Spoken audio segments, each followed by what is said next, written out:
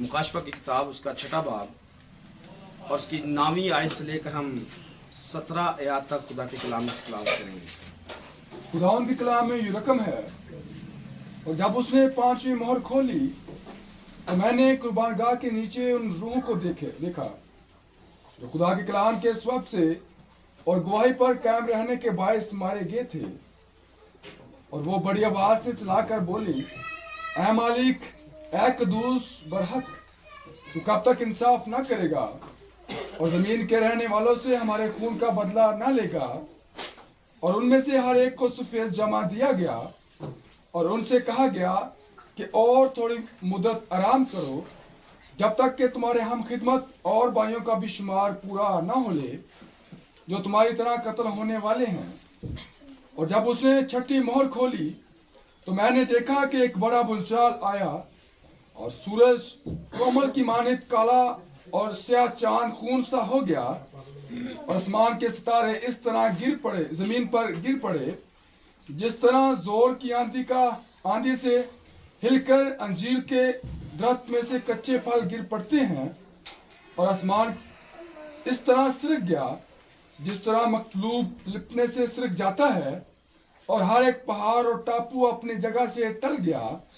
और जमीन के बादशाह और अमीर और फौजी और सरदार और मालदार, जोर आवर और तमाम गुलाम और आजाद पहाड़ों के गारों और चट्टानों में जा छुपे और पहाड़ों और चट्टानों से कहने लगे कि हम पर गिर पड़ो और हमें उसकी नजर से जो तख्त पर बैठा हुआ है और बड़ा के गजब से छुपा लो, क्योंकि उनके गजब का रोज़ अजीम आ पहुंचा।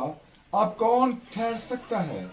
आमीन। खुदा के कलाम के पढ़े सुने जाने के वसीले खुदा हम सबों को बरकत बख्शे। आइए सब तशरीफ रखिए। सब बोलेंगे हालेलुया, हालेलुया, खुदा की शुक्रगुजारी हो आज फिर से खुदा की हजूरी में आने के लिए, खुदा के बड़े फजल रहम और दर्स के लिए जो खुदा ने मुझ पर और आप पर किया है। हम अपने खुदा के दिल से शुक्रगुजार हैं। आमीन, आमीन। हमारा सिलसिला जारी है। मुकाशफा की किताब पर 6ठे बाब की स्टडी हमारी जारी है और इसमें 6ठी मोहर पर हम पैगाम सुन रहे हैं। और 6ठी मोहर पर पहले पिछले 2 संडे से कलाम जारी है और आज तीसरा पैगाम है जो 6ठी मोहर पर आज हम सीखने के लिए यहाँ पर मौजूद हैं। आमीन। तो क्या आप सीख पा रहे हैं? अभी तक 6ठी मोहर में आपने क्या सीखा है? बुनचाल के बारे में हमने सीखा है कि 6ठी मोहर जब खुलती है तो एक बहुत बड़ा बुनचाल आता है। इस बुनचाल की वजह क्या है इसको हमने इसके साथ लिंक किया है। जो 5वीं मोहर है, 5वीं मोहर में जो मुकद्दसीन हैं वो खुदा से दुआएं कर रहे हैं कि तू कब हमारा इंसाफ करेगा, तू कब हमारा इंसाफ करेगा। ये फजल का रूह नहीं है, ये फजल का रूह नहीं, ये कलीसियाई रूह भी नहीं है। इंसाफ मांगना ये खुदा के फजल वाला रूह नहीं है। बदला मांगना, इंसाफ मांगना ये हाबिल के दौर की तालीम है। हाबिल का खून बदला मांगता है, हाबिल का खून बदला मांगता है, इंसाफ मांगता है। हाबिल का खून इंसाफ मांगता है, यीशु मसीह का खून माफ करता है। आमीन। खुदावंद यीशु मसीह का जो खून है वो माफ करता है। तो हम में किस किस्म का खून पाया जाता है?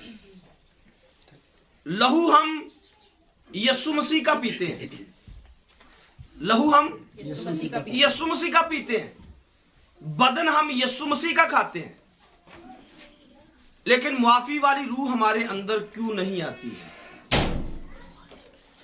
हाँ, सीखने वाली बात है, इसको समझना है।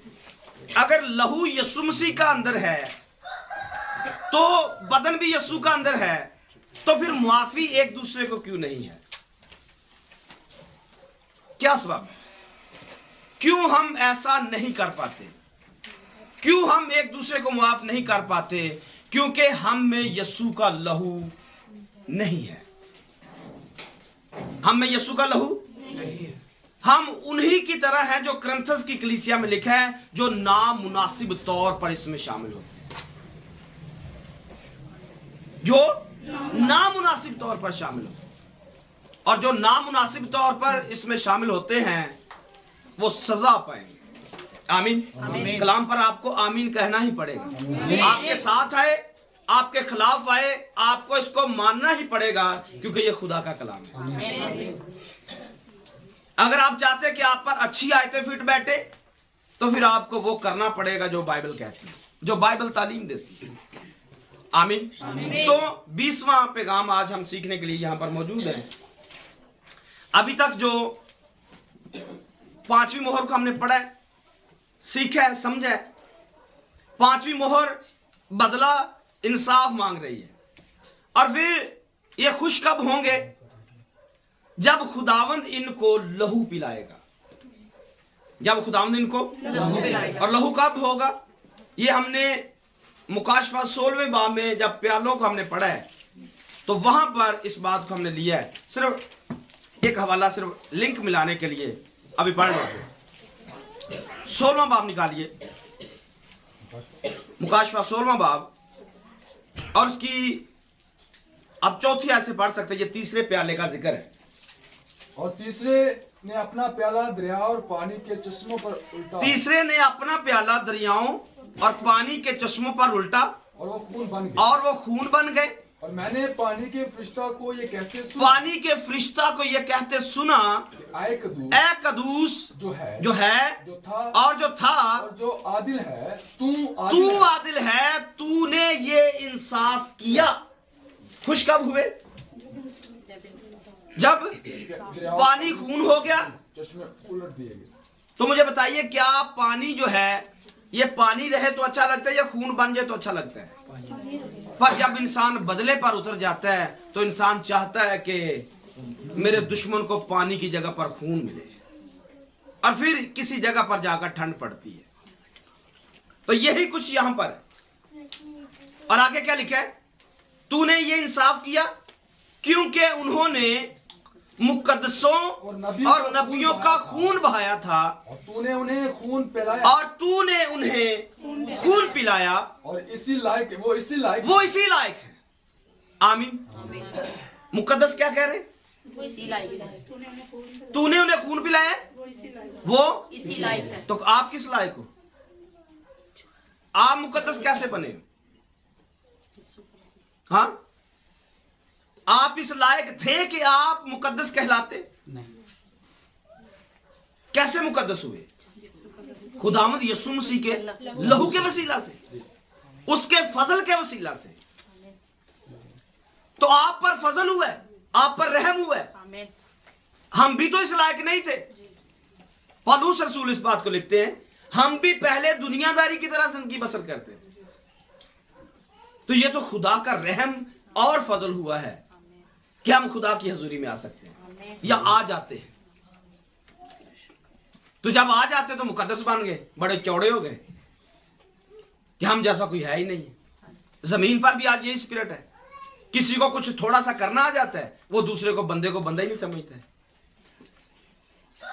अगर कोई भी चीज आ गई है, पैसा आ गया, दौलत आ गई है, फिर भी कोई बंदे को बंदा नहीं समझता है। कोई अच्छी चीज आ गई है, फिर भी बंदे को बंदा नहीं समझता है। आप इस लायक हो? क्या आप ही दुनिया में अकेले हो जो बहुत ज्यादा मेहनत करते हो? क्या ये मेहनत करने से चीजें मिलती हैं? सब कुछ खुदा के फजल की बदौलत हो। आप मेहनत पर घमंड करते हैं? अगर खुदा जोर ही ना दे, अगर खुदा बिस्तर से उठने ही ना दे, अगर खुदा इंसान को बोलने की ताकत ही ना दे, क्या कर सकता है इंसान? सब कुछ तो खुदा देता है, सब कुछ तो खुदा करता है। अगर ये मुकद्दस हैं, ये भी खुदा के फजल की बदौलत है। अगर हम मुकद्दस बने हैं, मुकद्दस का मतलब खास है। मुकद्दस खास है। हम खास बने हैं, खास किन मायनों में? क्योंकि यीशु मसीह का लहू हम में खास है। हम खास नहीं है। हमारी नेचर, हमारे ख्याल, हमारी स्पिरिट, हमारे सोच हमेशा, जैसे पैदाइश की किताब में लिखा हुआ है, इंसान के दिल के ख्याल सदा बुरे रहते, लड़कपन से बुरे रहते या शुरू से बुरे रहते। तो इंसान तो अपने ख्यालात में अलग से, यीशु से अलग होकर बुरे ख्याल रखता है। पर यह तो खुदावंद का फजल है कि उसने हमें मुकद्दस बनाया, हमें अलग किया, दुनिया से अलग किया। और जब हमें दुनिया से अलग कर लिया तो इसका मतलब क्या हुआ? हम दूसरों को नाचीज जाने। हम में कितनी गलतियां हैं, हम में भी तो गलतियां हैं, खुदा फिर भी माफ करता है। पर ये नहीं कर रहे। ये क्या कह रहे? हमारा इंसाफ कर, हमारा इंसाफ कर। और जब सजा मिल जाएगी ये खुश हो जाएंगे। हाँ, जब सजा मिलेगी फिर खुश हो जाएंगे। फिर कहां पर? यहां किसी कलेजे के अंदर ठंड पड़ जाएगी, अच्छा है लात टूट गई, इन्हें देखा ही मेरे रंज की दस। फिर खुशी है, मुआफ करने में खुशी नहीं है। नुकसान हो अगले का, अगला बस मर जाए, फिर हम समझेंगे अच्छा ही हो रहा, मर गया। क्यों अच्छा हुआ? आप खुदा की जगह पर हो। हाँ, आपके 1000 माफ हुए, अगले का आप 100 माफ नहीं कर रहे हो। हाँ, आपके 1000 माफ हुए, आप 100 माफ करने को तैयार नहीं हो। आप खुदा की जगह पे आ गए हो। खुदा ने सब कुछ आदम के लिए बनाया और आदम ने सबको तहस नहस करके रख दिया। खुदा के पूरे प्लान को पीछे कर दिया। खुदा फिर भी माफ कर देता है। और माफ करने के लिए मोहब्बत का अंदर होना बहुत जरूरी है। माफ करने का मतलब बताया हुआ है। माफ करने का मतलब क्या है? किसी को दोबारा उसी ओहदे पे बहाल कर। माफ करने का मतलब किसी को फिर से उसके मनसब पर बहाल कर देना। जिसने गलती की है उसको फिर से उठाना और उसी के मनसब पर फिर से बहाल कर देना, इसको माफी कहते हैं। और माफ करने के लिए मोहब्बत की जरूरत होती है। माफ करने के लिए तो मोहब्बत क्या करती है? सब कुछ अगले को जिंदा कर देती है, खुद मर जाती है अगले को, क्योंकि मोहब्बत कुर्बान हो जाने का नाम है। मोहब्बत कुर्बानी देने का नाम है।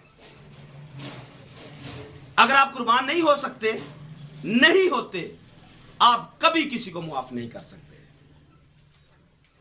अगर आप में कुर्बानी का जज्बा नहीं है, कुर्बान होने का जज्बा नहीं है, आप कभी भी किसी को मुआफ नहीं। और जब मुआफ ही नहीं कर सकते तो फिर आप भी उसी लिस्ट के अंदर खड़े हो जिसमें आपने दूसरे को खड़ा किया हुआ है।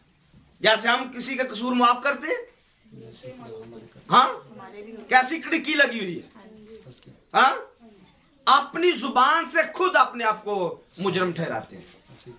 अगर माफ करेंगे किसी को तो फिर खुदा से कहते हैं, खुदावन जैसे हमने कसूर माफ किए तू भी हमारे, तो हमने तो किसी का किया ही नहीं है, तो इंसाफ कैसे होगा? कलाम से इंसाफ होगा।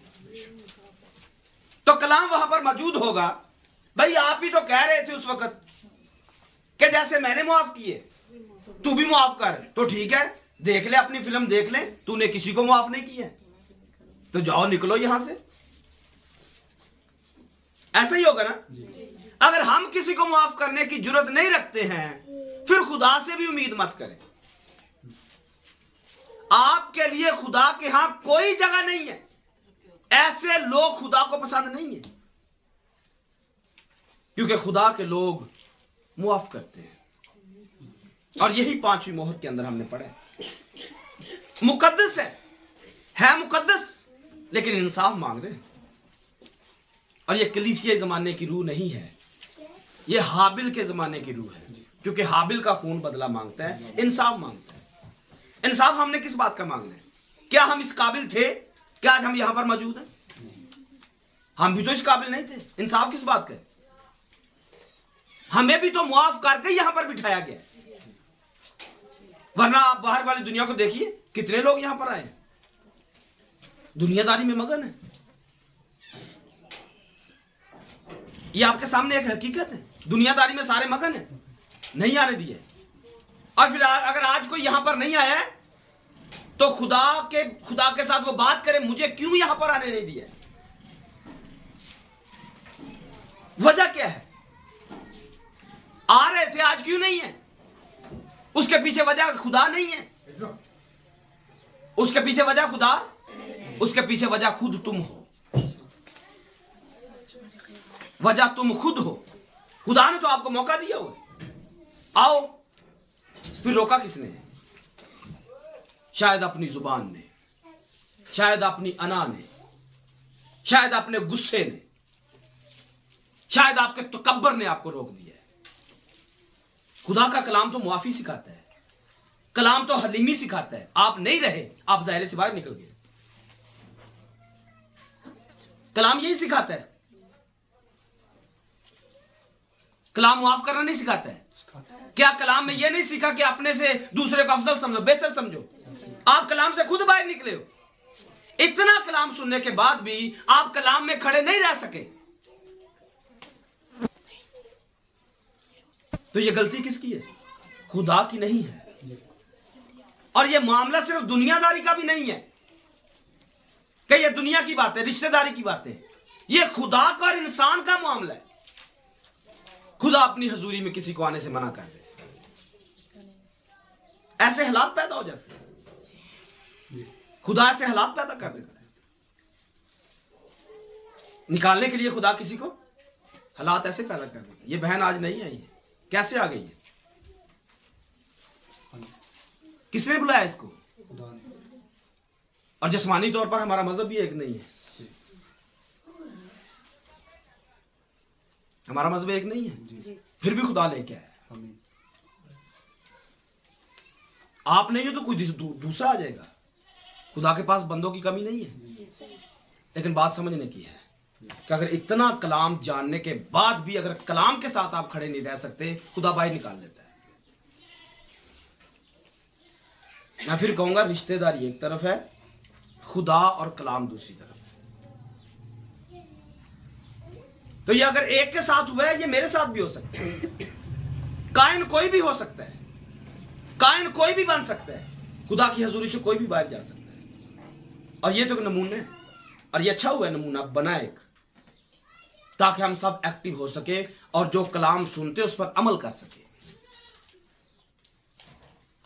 आमीन कह सकते? आमीन। मैंने कहा कलाम हमारे खिलाफ जाए या हमारी फेवर में जाए, हमें इस पर आमीन करना ही पड़ेगा। आज इतना कलाम सुन रहे हैं, सुन सुन के मेरा ख्याल से शायद सुन हो गए, फालज हो गया, कुछ करने के काबिल नहीं बन पा रहे। तो जब तक कलाम जिंदगी में एक्टिव नहीं है, हम डीएक्टिवेट हो जाएंगे। खुदा हमें फारिग कर दे, तो इसको समझिए, इस बात को समझिए। अगर हम यहां पर हैं तो यह खुदा के फजल की बदौलत है, वरना मैं अपनी तरफ से कई दफा कह चुका हूं, मेरे अंदर यह काबिलियत नहीं है, और ना ही मुझे कोई इतना इल्म आता है, ना ही मैं कोई बहुत पढ़ा लिखा बंदा हूं। अनपढ़ होने के बराबर मेरी तालीम है। आजकल के छोटे बच्चे मुझसे ज्यादा पढ़ सकते हैं, लेकिन ये खुदा के फजल की बदौलत है कि ये जो सेटअप यहां पर बना है, ये खुदा ने बनाया, किसी बंदे ने नहीं। तो खुदा के सेटअप को समझे। अगर खुदा हमें यहां पर लेके आया है, इकट्ठा किया है, उसने एक सिस्टम बनाया है, इस सिस्टम को खुदा का फजल जाने। ये खुदा का फजल है कि हम खुदा की हजूरी में। आमीन। आइए अगली बात को पढ़ते हैं, छठी मोहर को फिर से पढ़ेंगे। जब छठी मोहर खुलती है, लिखा मैंने देखा, क्या देखा? एक बड़ा बुंचाल आया है। और बुंचाल आने की वजह क्या है? ये मुकद्दसों की दुआएं ही थी, ये मुकद्दसों की जिसने खुदा को कहर आलूदा कर दिया, कहर से भर दिया, गुस्से से भर दिया। आप दुआएं ऐसी मांगे, खुदा तो गुस्से में आएगा। तूने मेरे मुकद्दसों को पकड़ा है, तूने मेरे मुकद्दस को मारा है, तूने मेरे लोगों को मारा है। तो हम क्या कर रहे हैं? खुदा को गुस्सा दिला रहे हैं। दुश्मन तो गुस्सा दिलाता ही दिलाता है, यहां दोस्त भी गुस्सा दिला रहे हैं। और इसीलिए बाइबल में लिखा है, इंसान ना मोहब्बत को जानता है ना अदावत को जानता है। ना मोहब्बत में दुआएं कौन सी कर रहे हैं? इंसाफ की, बदले की। और जब जब खुदा को यही कहते रहेंगे, खुदा बदला ले, इंसाफ कर, बदला ले, इंसाफ कर, तो आपकी दुआ क्या कर रही है? खुदा को गुस्से में लेके आ रही है। खुदा को गुस्से में लेके यही मोहब्बत है, यही दुआ रह गई है कि खुदा को गुस्सा दिलाना है। शैतान में और हम में तो कोई फर्क नहीं रहेगा। शैतान भी बेसबब उबारता है खुदा को। अय्यूब के बारे में बेसबब उबारता है। मेरा ख्याल है आज आपको समझ आनी चाहिए, मुझे भी आनी चाहिए, कि जब तू खुदा के घर में आए तो संजीदगी से आ और तेरे लफ्ज मुख्तसर होने चाहिए। तेरी दुआ छोटी होनी चाहिए, क्योंकि इंसान को समझ नहीं है कि दुआ में मांगना क्या है, दुआ करनी क्या है। तो शायद हम अपनी तरफ से बड़ी अच्छी अच्छी दुआएं कर लेते हैं, पर खुदा को गुस्से से भर देते हैं। और जब हम गुस्से से खुदा को भरते हैं, खुदा इंसाफ कर देते हैं, अगले बंदे का बेड़ा गर्क हो जाता है। तो खुदा तो किसी की हलाकत नहीं चाहता। खुदा किसी की हलाकत नहीं चाहता। तो गुस्से से किसने भरा? इन्हीं मुकद्दसों ने।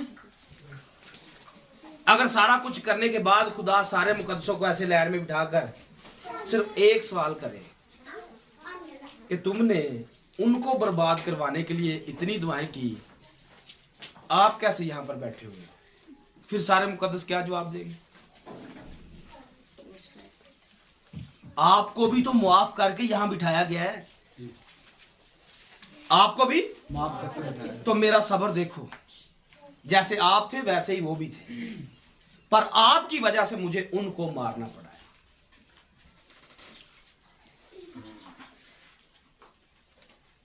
आपकी वजह से उनको मारना पड़ा है। बच्चे वो भी खुदा के थे, बच्चे आप भी खुदा के हो। अपनी दुआओं को सीधा करो, मुआफ करने की कोशिश करो, खुदा को गुस्सा मत दिलाओ। गुस्सा दिलाएंगे बंदा तो बर्बाद हो जाएगा अगला। लेकिन आपने खुदा के साथ क्या किया? आपने खुदा के कलेजे को चीर के रख दिया। क्योंकि जैसे बच्चे आप खुदा के हो, वैसा ही वो बच्चा जिसको आपने बर्बाद करवाया है। तो कौन से मुकद्दस, कौन सी दुआएं मुकद्दसों की? हम इस तरह के लोग नहीं हैं, और ना हमारे अंदर यह स्पिरिट होनी ही चाहिए। अगर आप बदला मांगोगे तो जो आपने मांगा वो आपने बो दिया है। जो आपने मांगा वो आपने जो बोया है वो ही उगने वाला है। आप गंदम बोकर चने नहीं काट सकते हैं। गंदम बोएंगे, गंदम ही काटेंगे। चने उगाएंगे तो चने ही उगेंगे। एक तरफ आप कहें हम माफ नहीं करेंगे और दूसरी तरफ हम कहें माफी मांग ले, माफ हो जाए, नहीं होने वाला है ऐसा। तो ये बात एक मामले की नहीं है, ये बात पूरी जिंदगी का हिस्सा है। हम मोहरों को स्टडी कर रहे हैं, और फिर मैं ऐसा कहा भी हुआ है, इन मोहरों के बाद मेरे पास शायद आपके लिए कोई कलाम नहीं है। ये तो खुदा की मर्जी होगी कि वो देगा तो हो जाएगा, लेकिन मोहरे पढ़कर सीख कर भी अगर आप बंदे नहीं बने हैं, फिर आपका खुदा ही हाफिज है। माफी देनी है, ये सिर्फ सुनने तक नहीं है कि सुन लिया तो बस ठीक है। और फिर सरकशी का पैगाम, कितने पैगाम हुए जी? 6-7 पैगाम हो चुके हैं, जो बार बार तंबी पाकर भी सरकशी करता है। इमसाल 29:1 में नागहान बर्बाद हो जाएगा, नागहान बर्बाद हो जाएगा, और उसका कोई चारा भी, हालात ही ऐसे पैदा हो जाएंगे, इस तरह से निकलेगा कि बाद में काम खराब हो जाएगा। बार बार समझाने पर भी अगर कोई नहीं समझता तो ये खुदा का कलाम है, मेरा नहीं है। जो इसमें लिखा है मैं तो वही पढ़ के सुना रहा हूं, और जिस तरतीब से खुदा मुझे देता है मैं वही दे रहा हूं। और ये वीडियो सुनने वालों के लिए शायद ये आपके लिए बातें नहीं है, ये हमारे चर्च के लिए बातें हैं। अगर आप इनको लेना चाहते हो तो आपकी मर्जी है। ये हमारी कलीसिया की, चकशदाद की कलीसिया के लिए पैगाम है। अगर आप इसको सुन पा रहे हैं तो ये आप अपनी तरफ से आप इसको ले सकते हैं। अगर आपको बुरा लगता है तो माफ कीजिएगा। मैं आपको ये दिखा रहा हूं या सिखा रहा हूं कि जो मुझे मिलता है, जिस लिहाज से, जिस एंगल से मिलता है, वो आपके सामने रख रहा हूं। हमने मुआफ करना है, हमने मुआफ करना है, और खुदा को अपनी दुआओं से कहर में नहीं भरना है। और यहां पर यही 5वीं मोहर में हुआ, और 6ठी मोहर जैसे ही खुली है बुनचाल आ गया। 6ठी मोहर जैसे खुली तो बुनचाल तो आज भी आया हुआ है, अगर कोई महसूस करे तो। हाँ, बर्बादी तो आज भी मुकर्रर हो चुकी है। बुनचाल करता क्या? सूरज को तरीक कर देते हैं, चांद रोशनी, ऐसा ही होता है ना। तो क्या चांद तरीक नहीं हो गया? कलीसिया बंद नहीं हो गई और सूरज उनमें कोई रोशनी नहीं दे रहा है? आज हुआ या नहीं हुआ? हमारी आंखों के सामने ये 6ठी मोहर हमारे घर में पूरी हो रही है। यीशु रोशनी जिंदगी में नहीं दे रहा है, और आगे कलीसिया भी तारीख हो चुकी है। कलीसिया भी आगे किसी को कुछ सिखा नहीं पा रही है। फिर क्या करेंगे? कौन सी मोहर पढ़नी है आपने? जैसे इस्राएल के अंदर खुदा बर वक्त अपने नबियों को भेजता था, जैसे इस्राएल के अंदर खुदा बर वक्त अपने नबियों को भेजता था, बर वक्त नबी भेजकर बर वक्त कलाम देता था, हमारे साथ तो ऐसे ही खुदा कर रहे हैं। सिर्फ हर रोज नहीं देता है, हर रोज वो देता है जो हमारी जरूरत है। हर रोज वो दे रहा है जो जिस जगह पर हम गलत होते हैं, और गलती पर फौरन खुदा हमें सिखाता है। क्यों? क्योंकि वो हमारी हलाकत नहीं चाहता। लेकिन बार बार तंबीह पाक कर फिर भी अगर सरकशी या गर्दनकशी करेंगे, बर्बाद हो जाएंगे। पहले तो ये सिर्फ पैगाम ऑडियो रिकॉर्ड हो रहा था, अब वीडियो भी है, ये पड़ा रहेगा, मेरी बातें आप इसमें से सुनते रहेंगे। काम तो आगे से बेहतर हो गया, डबल हो चुका है, गवाही पक्की हो चुकी है। और पहले तो ऑडियो में कोई किसी को पता नहीं था कौन बोल रहे, लेकिन वीडियो में आज तो बंदा भी सामने आ गया, कौन बोल रहे। फिर आपको याद जरूर आएंगी बातें कि अगर हम बार बार तंबीह पाक कर नहीं सीधे होते हैं, बर्बाद हो जाएंगे। तो अभी थोड़ा सा वक्त है, अभी थोड़ा सा वक्त है। यह झलक आपको खुदा ने दिखा दी, यहां पर बैठे बैठे दिखा दी। तो यह सब कुछ होने वाला है। जब हकीकी मायनों में बुनचाल आएगा तो क्या होने वाला है? नंबर 1 पर सूरज कम्बल की तरह काला हो जाएगा, और सारा खून, चांद जो है वो खून सा हो जाएगा, और आसमान के सितारे जमीन पर गिर पड़ेंगे। ये चांद खून कैसे होता है? हाँ, चांद खून कैसे होता है? सूरज की तो हमारे पास तशबीह मौजूद है कि सूरज जो है वो रोशनी नहीं देगा, यानी कि यीशु की रोशनी जिंदगियों में नहीं होगी, तो चांद खून सुर्ख कैसे हो जाएगा? खून कैसे हो जाएगा? रूह निकल जाएगी और जिस्म की जान आ जाएगी, इंसान जिस्म में आ जाएगी। चांद कलीसिया है, चांद, और इसमें सिर्फ लड़ाई झगड़ा रह जाएगा, सिर्फ कत्लो गारत रह जाएगी, अदावत रह जाएगी, क्योंकि यीशु ने रोशनी देना बंद कर दी। और आसमान से सितारे, जो पादरी बहुत ऊपर थे, वो सारे के सारे गिर पड़ेंगे, क्योंकि कलीसियों की यही आज हालत हो चुकी है। यीशु जिंदगियों में नजर नहीं आता है, और चांद भी आज रोशनी नहीं दे रहे, जैसी रोशनी देनी चाहिए कलीसिया वैसी रोशनी लोगों को नहीं दे रही है। कलीसिया अपनी मर्जी से लोगों को रोशनी दे रही है। तो छठी मोहर का अक्स हमारे घर में मौजूद है। कुछ और बातें देखते हैं। यशायाह की किताब निकालिए, 13वां बाब निकालिए यशायाह की किताब का और उसकी नामी आयत को देखिए क्या हो रहा है यहाँ पर। देखो खुदावन का वो दिन आता है, देखो खुदावन का वो दिन आता है जो गजब में और कहरे शदीद जो गजब में और कहरे शदीद में दहशत सख्त दृष्ट है ताकि मुल्क को वीरान करे ताकि मुल्क को वीरान करे और गुनाहगारों को उस पर से नेस्त और गुनहगारों को उस पर से नेस्त करे। खुदावंद का वो दिन आता है जिसमें गुनहगार नेस्त हो जाए। अगली आयत में क्या लिखा है?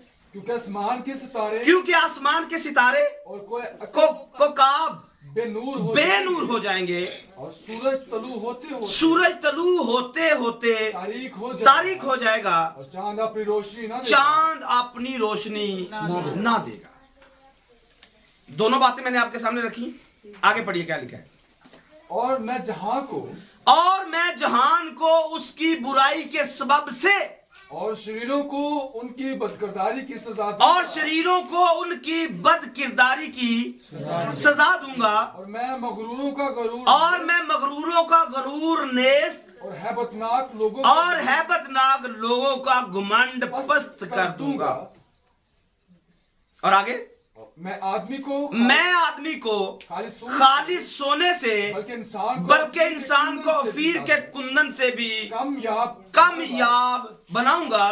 इसलिए मैं आसमानों को लरजाऊंगा और रब्बुल फाज के गजब से और उसके कहरे शदीद के रोज जमीन अपनी जगह से झटकी जाएगी। जमीन को पकड़कर झटका जाएगा, हिलाया जाएगा। जमीन को हिलाया जाएगा। आप हिल पा रहे हैं या नहीं? जमीन हिल रही है या नहीं हिल रही? आपके बदन में कुछ हो रहा है या नहीं हो रहा है? क्योंकि हम भी जमीन है। तो आपके बदन में कुछ हो रहा है? आपको कोई झटका महसूस हो रहा है? कलाम आपको झटका दे रहा है? अगर तो दे रहा है आप बेहतर हो सकते हैं, वरना जब ये वाली जमीन हिलाई जाएगी फिर प्रॉब्लम हो जाएगी। क्योंकि खुदा गुस्से में आया है। खुदा गुस्से में जमीन को बर्बाद करने के लिए आ रहा है। और फिर आगे एक और वाला पढ़िए, 24वां बाब निकालिए जरा। यशायाह की किताब 24 बाब।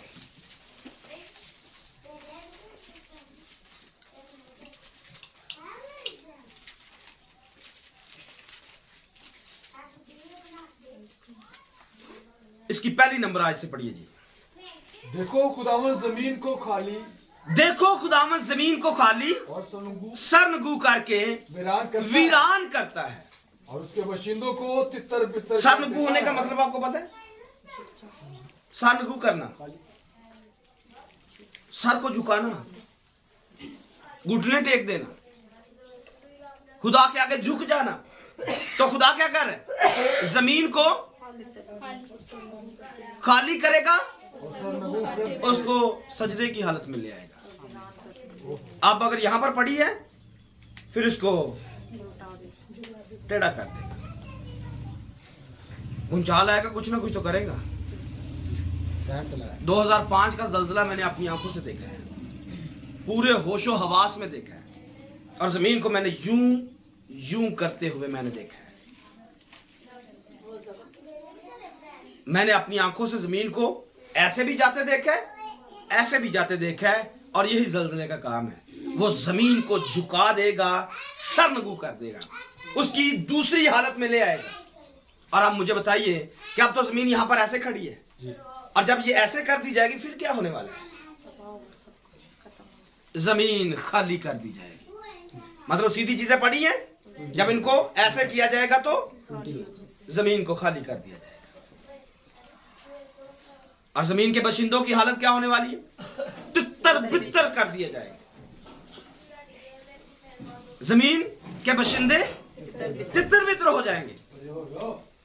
और यूं होगा जैसा रायत का हाल वैसा ही काहिन का, जैसा नौकर का वैसे ही उसके साहिब का, जैसा लोंडी का वैसा ही उसकी बीबी का, जैसा खरीदार का, वैसा ही बेचने वाले का, जैसा कर्ज देने वाले का, वैसा ही कर्ज लेने वाले का, जैसा सूद देने वाले का, वैसा ही सूद लेने वाले का। जमीन बिल्कुल खाली की जाएगी, बाशिद्दत गारत होगी, क्योंकि ये किसका कलाम है? क्या आपने 2020 में देखा है? ये खुदा ने कर दिया है। 2020 और 21 में खुदा ने ऐसा किया है, जमीन को खाली किया है, सारे लोग घरों के अंदर घुस गए हैं। जैसा हाल कलीसिया का था वैसा ही हाल पादरियों का था। जो सैनिटाइजर कलीसिया लगाती है वही पास्टर लगाता है, जो मास्क पादरी लगाता है वही कलीसिया लगाती है। बीबी घर में घुसने नहीं देती और नौकरानी काम करने नहीं जाती।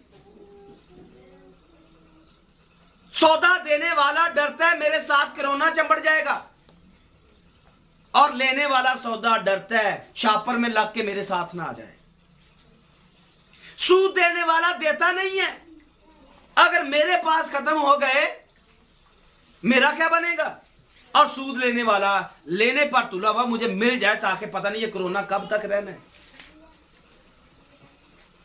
जैसा कर्ज देने वाले का हाल है वैसा ही कर्ज लेने वाले का है। और खुदा ने क्या किया? इससे आगे भी बहुत कुछ लिखा है। जमीन गमगीन होती है। जमीन कैसी होती है? आज तो बंदे फिर रहे हैं, लेकिन 2020 और 21 में क्या हुआ?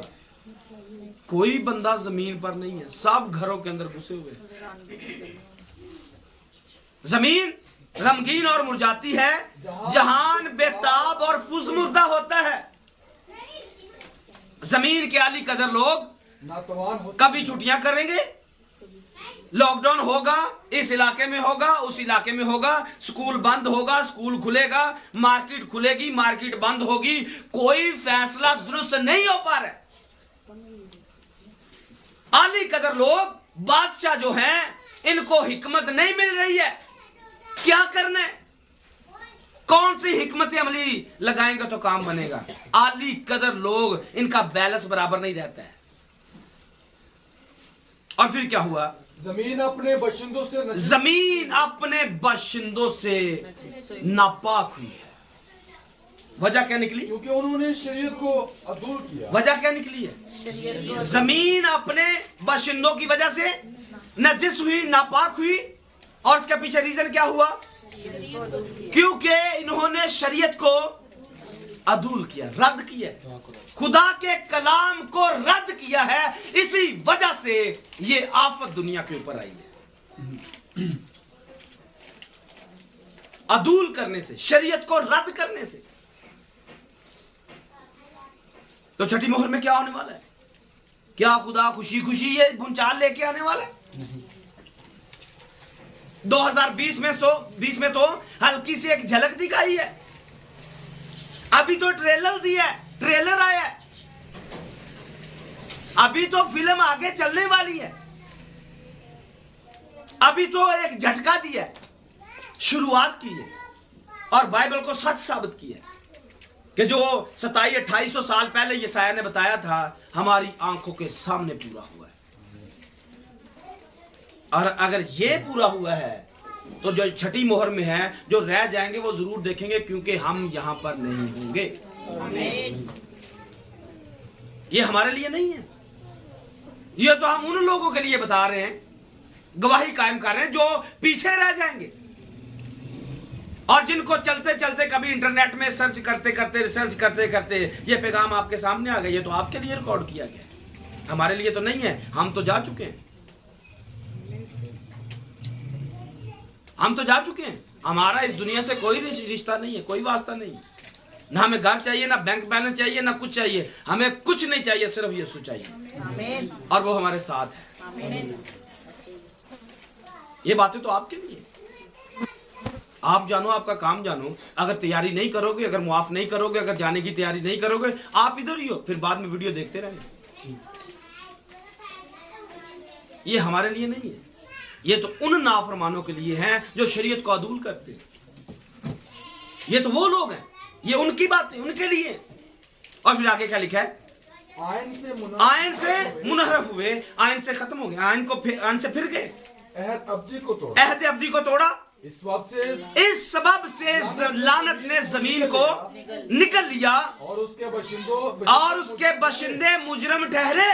और इसीलिए जमीन के लोग, ये बात समझने वाली है, उसके बशिंदे मुजरिम को वो हरगिज बरी नहीं करता है। मुजरिम जो साबित हो जाए उसे बरी नहीं करता है। आज मुजरिम हैं भी तो मुआफी मिल सकती है, खुदा हमें मुआफ कर सकता है। गुनाह भी किया है, गुनाह करते भी हैं, फिर भी मुआफी हो सकती है। लेकिन अगर आज मुआफी नहीं मांगी है तो मुजरिम ठहरेंगे, फिर बरी वो होने करने वाला नहीं है। आगे पढ़िए।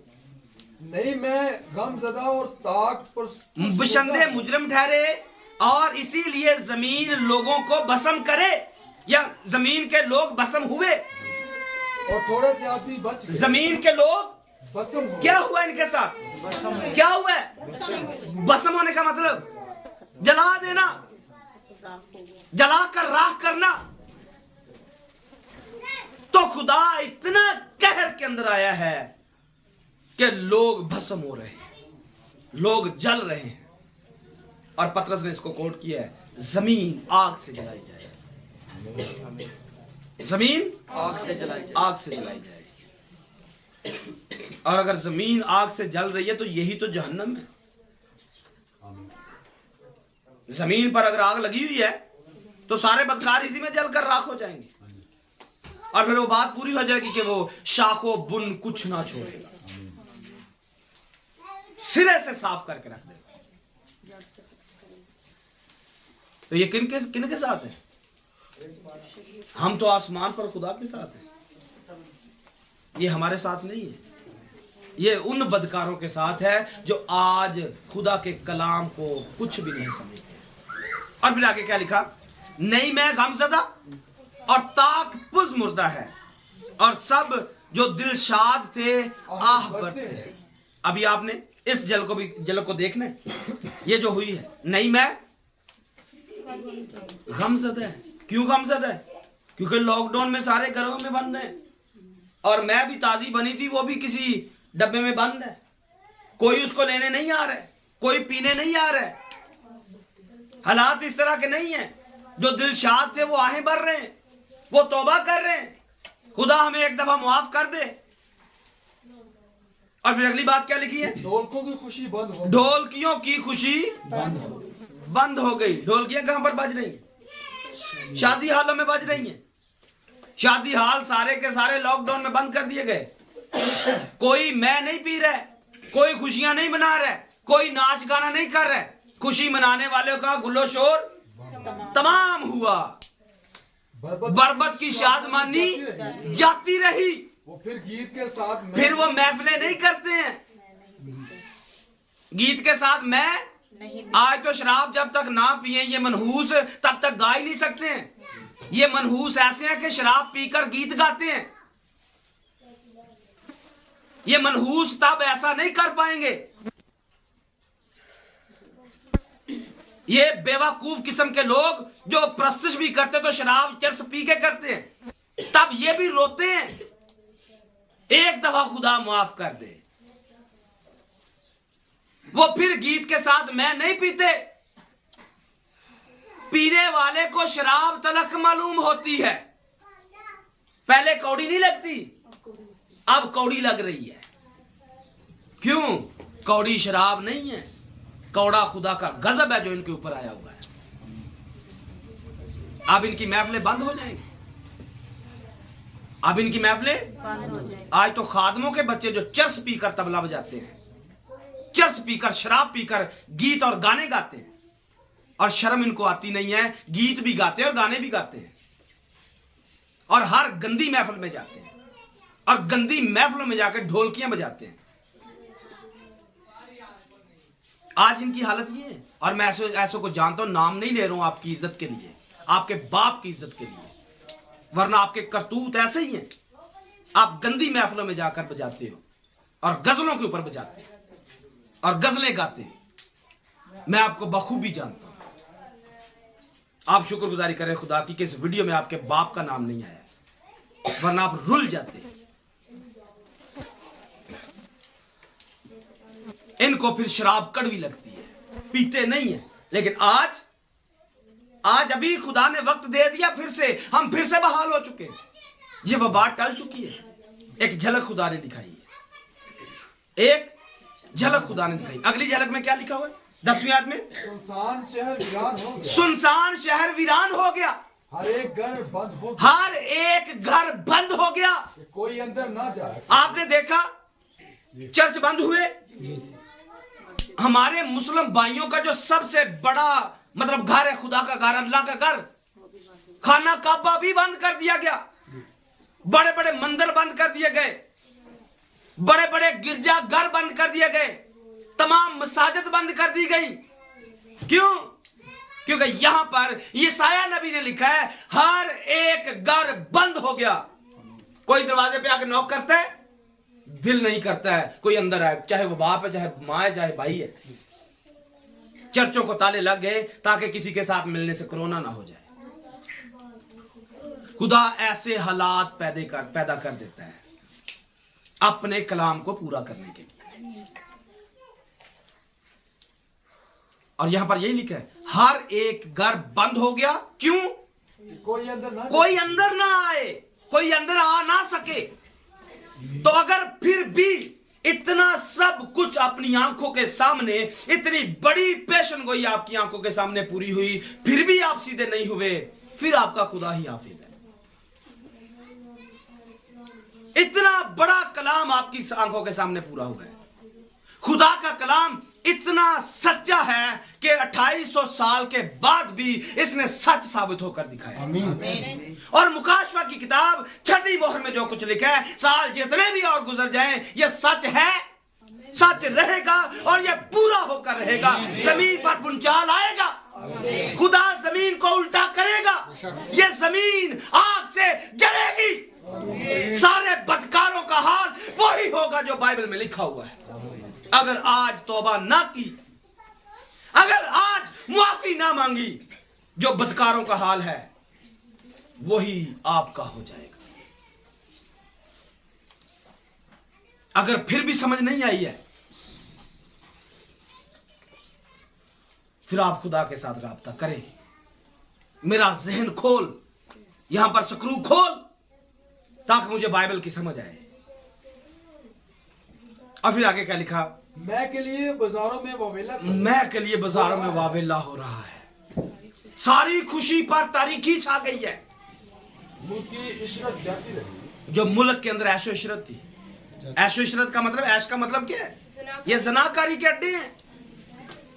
अब जनाकारी करने वाली औरतें, मर्द भी कुछ नहीं कर पा रहे, क्योंकि सब कुछ बंद कर दिया गया। इशरत मुल्क की जाती रही, शहर में वीरानी ही वीरानी है। और फाटक तोड़ फोड़ दिए गए। क्योंकि जमीन में लोगों के दरमियान यूं होगा, जमीन में लोगों के दरमियान यूं होगा जैसा जैतून का दरख्त झाड़ा जाए, जैसे अंगूर तोड़ने के बाद खोशा चीनी, जैसे अंगूर तोड़ा जाता है तो पत्ते कुमला जाते हैं। जैतून के दरख्त से फल को उतार लिया जाए, दरख्त मुरझा जाता है। लोगों की हालत ये हो जाएगी। और ये वाली झलक तो आज हुई है, ये वाली बात तो आज हमारी आंखों के सामने नविश्ता पूरा हुआ है। पर जो हमने शुरू में पढ़ा है, जमीन खाली और सरनगू करके वीरान करता है, ये अभी पार्ट बाकी है, ये हिस्सा भी बाकी है। एक और वाला पढ़े, ये शायद 60 बाब निकालिए।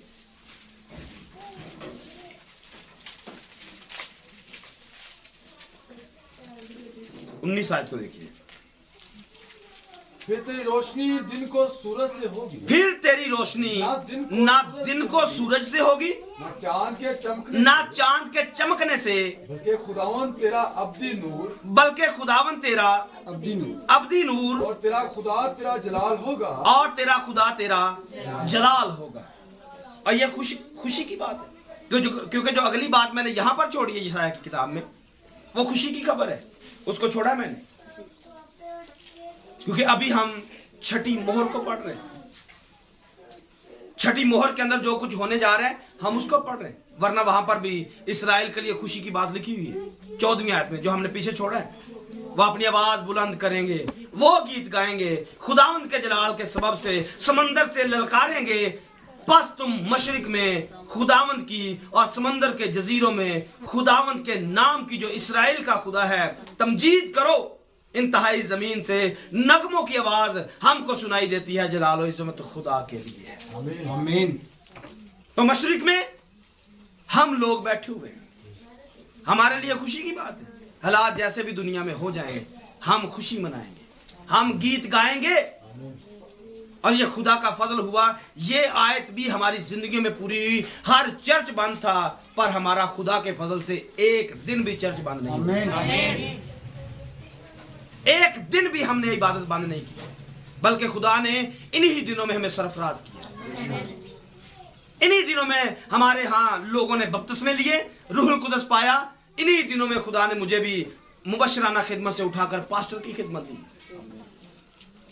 तो ये दिन हमारे लिए बाबरकत साबित हुआ और हम खुदा की खुशी के गीत गा रहे हैं। तो तब जब छठी मोहर खुली जाने वाली है, तो तब भी खुदा के लोग, उसके नाम के साथ खड़े होने वाले लोग, तब भी मुनादी करेंगे, गवाही देंगे, और जो गवाही देंगे उनके सर काटे जाएंगे, उनके सर वो शहीद हो जाएंगे, क्योंकि दौर मुखालफे मसीह का चल रहा है, हुकूमत मुखालफे मसीह की है। ये वाले हालात मुखालफे मसीह के दौर में होने वाले हैं। तो इसकी झलक बार बार हमें खुदा दे रहा है। हज़ीकेल की किताब निकालिए, उसका 32 नंबर बाब और उसकी पहली आयत से पढ़िए, बल्कि इसकी दूसरी आयत से पढ़िए कि ऐ आदमजाद शाहे मिस्र फिरौन पर नोहा उठा और उसे कह तू कौमों के दरमियान जो इन शेर बब्बर की मानित, कौमों के दरमियान जवान शेर बब्बर की मानित था, और तू दरियाओं के घड़ियाल सा है। तू अपनी नहरों में से नागहान निकल आता है, और तूने अपने पांव से पानी को तह वाला किया, और उनकी नहरों को गदला कर दिया। खुदावंद खुदा यूं फरमाता है कि मैं उम्मतों के अनबुआ के साथ तुझ पर अपना जाल डालूंगा, और वो तुझे मेरे ही जाल में बाहर निकालेंगे। तब मैं तुझे खुशकी में छोड़ दूंगा और खुले मैदानों पर तुझे फेंकूंगा, और हवा के सब परिंदों को तुझ पर बिठाऊंगा, और तमाम रूहे जमीन के दरिंदों को तुझ से शेर करूंगा, और तेरा गोश्त पहाड़ों पर डालूंगा, और वादियों को तेरी बुलंदी से भर दूंगा, और मैं उस सरजमीन को जिसके पानी में तू तैरता था पहाड़ों तक तेरे लहू से तर करूंगा, और नहरें तुझसे लबरेज होंगी। और जब मैं तुझे नाबूद करूंगा, तो आसमान को कैसा करूंगा? आसमान को तारीक करूंगा, और उसके सितारों को बेनूर करूंगा, सूरज को बादल से छुपाऊंगा, चांद अपनी रोशनी ना देगा, और मैं तमाम नूरानी अजरामे फलक को तुझ पर तरीक करूंगा, और मेरी तरफ से तेरी जमीन पर तरीकी छा जाएगी। खुदावंद खुदा फरमाता है। आमीन। और ये पैगाम किसके लिए? मिस्र के बादशाह के लिए। क्या यह हकीकत है? मिस्र का बादशाह अब कहां पर है? मिस्र का बादशाह क्या छठी मोहर में मौजूद होगा? मिस्र का बादशाह तो तब मर गया जब मूसा कौम बनी इस्राएल को निकाल के लाया था। ये किसकी बात है? ये कौन है जिसने दरियाओं के पानी को गदला किया है? ये कोई और बात है? ये फिरौन, ये लूसीफर की स्पिरिट है जो फिरौन के अंदर थी, और यही वो है जिसने कौमों, उम्मतों, कबीलों को गदला किया, गंदा किया, नापाक किया। और यही वो एक है जिसके खून से पानी सारे का सारा खून बनने वाला है। दरियाओं का पानी खून बनने वाला है। अगर आपने इसको पढ़ा है, लिखा है नहरें, जो लिखा है पहाड़ों तक तेरे खून से तर करूंगा और नहरें तुझसे लबरेज होंगी। तेरे अंदर से इतना खून निकालूंगा कि नहरें लहू से भर जाएंगी। और फिर इनके अंदर लहू किसका आने वाला है? ये जो शरीर लोग जो लहू पीने वाले हैं, किसका लहू इसके अंदर आने वाला है? ये इसी लूसीफर का, इसी का जिसने दुनिया को गदला किया, गंदा किया, उसी का गंदा खून इनके अंदर आने वाला है। और आज भी गंदा खून बहुत सारे लोगों के अंदर है जो खुदा के कलाम को रद्द कर रहे हैं। इसीलिए वो इनका बाप है। बाप कौन होता है? बाप वो है जिसका खून मेरी रगों के अंदर है। परवेज का खून मेरी रगों के अंदर है, इसलिए वो मेरा बाप है। आपके अंदर जिसका खून है, आप उसके बच्चे हो। तो रूहानी मायनों में अगर यस्सु का लहू मेरे अंदर है तो यस्सु मेरा बाप है। अगर शैतान का लहू मेरे अंदर है, शैतान मेरा बाप है। आप किसके बच्चे हो? आपके अंदर किसका लहू है? यस्सु का लहू पी कर भी शैतान की तरह काम करते हो। आपकी बोली शैतान वाली, आपके काम शैतान वाले, आपका रवैया शैतान वाला, आपका गुस्सा शैतान वाला, आपके तफिरके शैतान वाले, आपकी चुगलियां शैतान वाली, आपकी ऐब जो है शैतान वाली, आपकी गीबत कोई शैतान वाली। मुंह पर तारीफ करते हो, कमर के पीछे ऐब जोई करते हो, चुगली करते हो, उसको काटने की बातें करते हो। किसका लहू आपके अंदर पाया जाता है?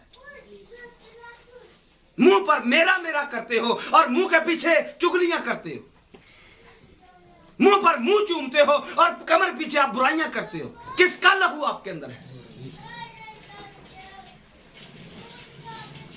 पड़ोसी के साथ बैठकर उसके मुंह पर तारीफें करते हो और पड़ोसी को जाने की बात होती है, चुगलियां करते हो। अपने आप को जांचो, परखो अपने आप को, किसके बच्चे हो। और खुदा की कुदरत को देखो, वो सब कुछ जानते हुए भी हमें मुआफ करता है और हम किसी को मुआफ करना नहीं चाहते हैं। किसको खुश कर रहे हैं? शायद अपने बाप को खुश कर रहे हैं, शायद अपने बाप को खुश कर रहे हैं, क्योंकि हमारा बाप तो मुआफ करता है। हमारा बाप तो माफ करता है, लेकिन हम किसी को माफ नहीं करते, इसलिए क्योंकि वो हमारा बाप नहीं है जो माफ करता है।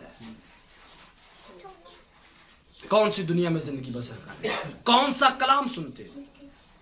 और यिर्मयाह ने कहा, मैं किसको कहूं, कैसे कहूं कि ये लोग सुने?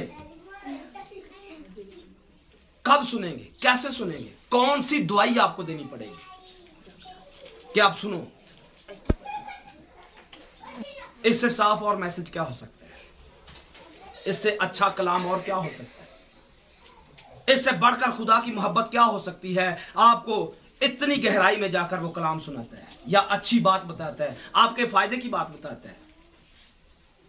लेकिन आप हो कि आप इस तरह का कलाम सुनने के बाद भी कलाम के उलट हो जाओगे और सुअर वाला काम करोगे। सुअर क्या करता है? उसी को खाता है और फिर पलटकर उसी को फाड़ता है।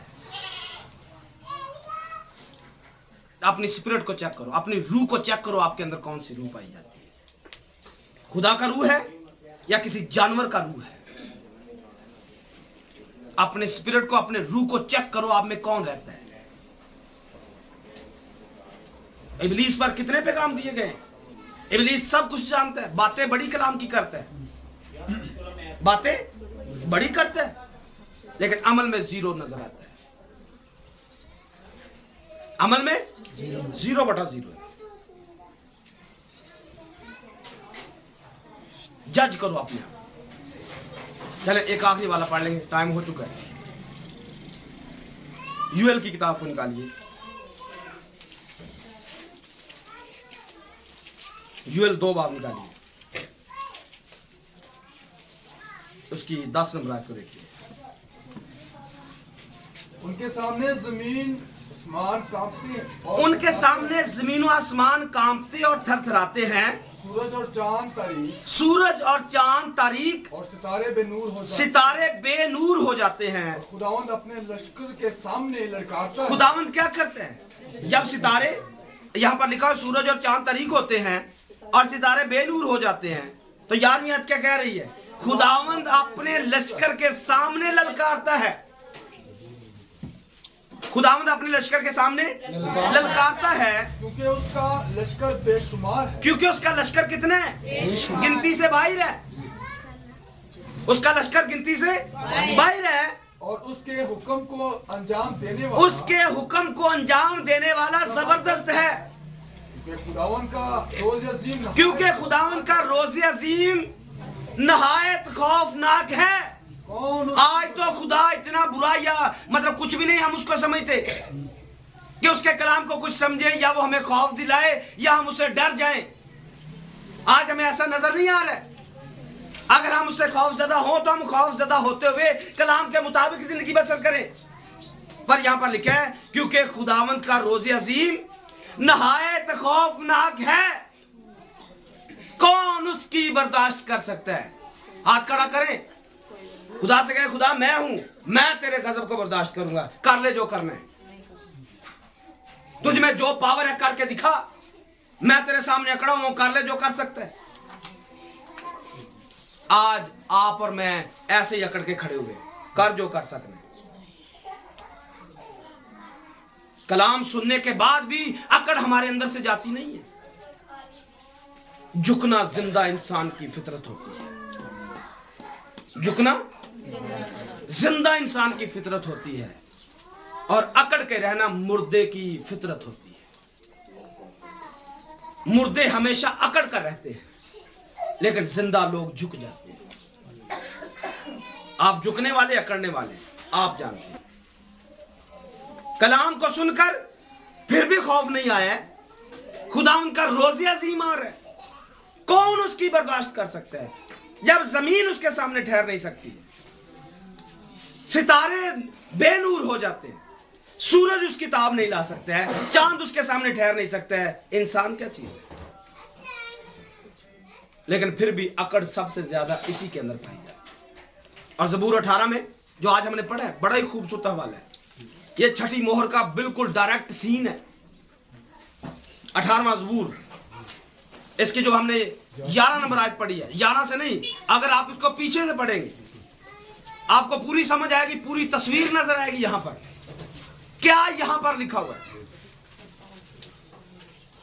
पढ़िए इसकी पहली आयत से पढ़ ले, आपको समझ में आएगा। यहां पर तो दाऊद और सौल है, लेकिन दाऊद को हटाइए, सौल को हटाइए और दाऊद की जगह यीशु लिखिए और सौल की जगह शैतान लिखिए, आपको समझ में आएगा क्या लिखा हुआ है यहां पर। ऐ खुदावन ऐ मेरी कुव्वत, ऐ खुदावंद ऐ मेरी कुव्वत, मैं तुझसे मोहब्बत रखता हूं। मैं तुझसे मोहब्बत रखता हूं। खुदावन मेरी चट्टान, खुदावंद मेरी चट्टान और मेरे किला और मेरा छुड़ाने वाला है। मेरा छुड़ाने वाला है। मेरा खुदा, मेरा खुदा मेरी चट्टान, मेरी चट्टान जिस पर मैं भरोसा जिस पर मैं भरोसा करूंगा, मेरी सिपर, मेरी सिपर, और मेरी निजात का सींग, मेरा ऊंचा बुर्ज। मेरा ऊंचा बुर्ज। मैं खुदावंद को जो सताइश के लायक है पुकारूंगा। और यूं मैं अपने दुश्मनों से बचा जाऊंगा। जब मैं अपने खुदा की सताइश में उसको पुकारूंगा, यूं अपने दुश्मनों से बचाया जाऊंगा। मौत की रस्सियों ने मुझे घेर लिया, बेदीनी के सलाबों ने मुझे डराया। पाताल की रस्सियां मेरे चौगिर्द थी, पाताल की रस्सियां मेरे चौगिर्द थी। मौत के फंदे मुझ पर आ पड़े। अपनी मुसीबत में मैंने खुदावंद को पुकारा और अपने खुदा से फरियाद की। उसने अपनी हैकल में से मेरी आवाज सुनी और मेरी फरियाद जो उसके हजूर थी उसके कान में पहुंची। तब जमीन, जैसे ही आवाज पहुंची है तो आगे क्या हुआ है? तब जमीन हिल गई। दाऊद के जमाने में कोई जमीन नहीं हिली है। दाऊद के जमाने में कोई जमीन नहीं हिली है। जब उसके दुश्मन उसके पीछे थे, कोई जलजला नहीं आया। मैंने इसलिए कहा यह बात कोई फर्क है। तब जमीन हिल गई और कांप उठी, पहाड़ों की बुनियादों ने जुम्बश, पहाड़ों की बुनियादों ने जुम्बश खाई और हिल गई, इसलिए कि वो गजबनाक, वजह क्या निकली है? गजबनाक हुआ। ऊपर वाला गजबनाक हुआ है, वो गुस्से में आया है। और जैसे वो ऊपर गुस्से में आया है, जमीन नीचे से हिल रही है, क्योंकि अब उसे पता है कि जो बातें मेरे बारे में लिखी हुई हैं अब वो पूरी होने जा रही है। जमीन हिली है। फिर आगे उसके नथनों से धुआं उठा, उसके नथनों से धुआं उठा और उसके मुंह से आग निकल, उसके मुंह से क्या निकला? आग निकली है। उसके मुंह से आग निकली और निकल कर क्या रही है? क्या करने लगी है? और ये साया में हमने क्या पढ़ा है? जमीन के लोग क्या होंगे? भस्म होंगे। क्यों? क्योंकि खुदा गुस्से में आया और जमीन के लोग भस्म हो रहे हैं, क्योंकि उसके मुंह से आग निकल रही है। आग निकल रही है। आप जल रहे हैं या नहीं जल रहे? बहुत सारे जल रहे हैं लेकिन बोल नहीं रहे। हाँ, अंदर से जलन हो रही है, क्योंकि कलाम आग है और जब ये लगता है तो आग जला कर रख देता। और यही आग उसके मुंह से निकलने वाली, भस्म करेगी। और फिर क्या होगा? कोयले उससे दहक उठे। उसने आसमानों को भी झुका दिया और नीचे उतर आया। और उसके पांव तले गहरी तरीकी, और उसके पांव तले ये कौन सी गहरी तरीकी है? ये शैतान और उसकी फौजें हैं जो तरीकी का मंबा है। उसके पांव तले गहरी, और यही वो तरीकी है जो पैदाइश की किताब में लिखी हुई है। गहराव के ऊपर अंधेरा है, तारीकी है, क्योंकि इब्लीस ने इस गहराव के ऊपर अपनी बादशाहत कायम की हुई है। अगर आपके ऊपर उसकी बादशाहत है तो आप ही वो गहराव और तारीकी का अड्डा हो। आप ही में तारीकी रहती है। और फिर आप यीशु के पांव के नीचे आने वाले हैं। फिर आगे वो करूबियों पर सवार होकर उड़ा, बल्कि वो तेजी से हवा के बाजुओं पर उड़ा। उसने जुल्मत यानी अबर की तरीकी और आसमान, ये वाली आयत को समझिए। उसने क्या किया? जब वो उतरे फिर क्या हुआ? उसने जुल्मत यानी अबर की तारीकी और आसमान के दिलदार बादलों, अपने छुपने की जगह, उसने क्या किया? अपने दिलदार बादलों को अपने छुपने की जगह और अपना शमियाना बनाया। कहां पर बनाया? जब वो उतरता है तो वो बादल में उतरता है। मूसा के साथ उतरा नहीं? क्या वो गहरी तरीकी में नहीं गया? सुलेमान ने ऐसा नहीं कहा? खुदा कह रहा मैं गहरी तरीकी में रहूंगा। क्या जब वो सलीब पर जान दे रहा था तो 3 घंटे के लिए अंधेरा नहीं हुआ? क्या उसने अपने आप को छुपा नहीं लिया? कितने हवाले आपको चाहिए ये बात साबित करने के लिए? अगली बात नहीं करूंगा, झटका लग जाएगा। पढ़िए। उसकी हजूरी की झलक से, उसके दिलदार बादल फट गए। ओले और अंगारे, क्या हुआ? क्या निकले? कहर में यही कुछ होने वाला है। नरसिंगों के प्यालों में ओले और आग आने वाली है, नहीं आने वाली? यही कुछ होने वाला है। और यही फिरौन के दौर में हुआ है, फिर से होने वाला है। फिर आगे क्या हुआ? और खुदावंद आसमान में गरजा, गरजा। अभी ऊपर है तो जमीन पर क्या चल रहा है?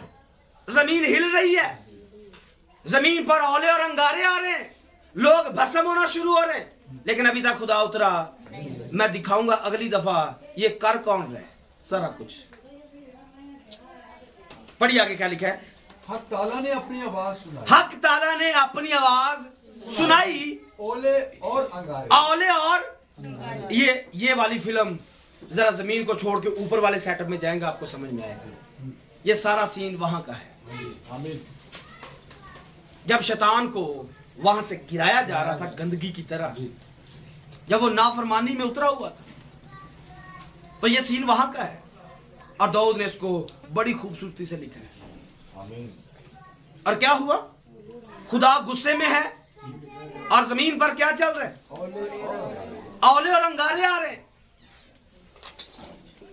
औले और अंगारे आ रहे हैं। उसने अपने तीर चलाकर उनको घर से निकाल दिया, परगंदा कर दिए, आसमानों से उनको नीचे गिरा दिए। और फिर साथ में क्या किए? बल्कि ताबड़तोड़ बिजली से उनको शिकस्त दी। तब तेरी ताबड़तोड़, आप समझ सकते हैं यीशु क्या कह रहे थे? इब्लीस को कैसे देख रहा हूं? बिजली की तरह जमीन पर गिरा हुआ देख रहा हूं,